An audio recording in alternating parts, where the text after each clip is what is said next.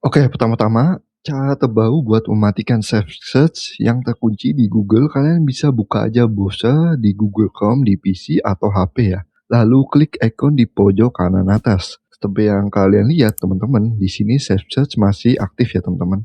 Masih terkunci. Nah, cara matinya gampang banget teman-teman. Kita klik ikon lagi, lalu pilih setelan lainnya. Nah, di sini kita pilih setelan lainnya lagi nih ya teman-teman bagian ini. Lalu pilih bahasa wilayah. Nah, di sini pilih wilayah saat ini, lalu cari aja, pokoknya kalian pilih aja negara lain selain Indonesia ya teman-teman. Pilih Singapura, lalu klik konfirmasi ya teman-teman. Nah, terus kita langsung refresh saja. Nah, terus kita langsung ke Google, klik ikon ini lagi ya teman-teman, lalu klik ikon SafeSearch. Nah, di sini teman-teman seperti yang kalian lihat, SafeSearch itu udah bisa kita buka ya. Jadi kita bisa nonaktifkan atau matikan ya teman-teman. SafeSearch Google ini kita bisa matikan juga di HP Android ya teman-teman. Jadi nggak cuma di PC atau laptop website, kita juga bisa matikan SafeSearch Google di HP Android.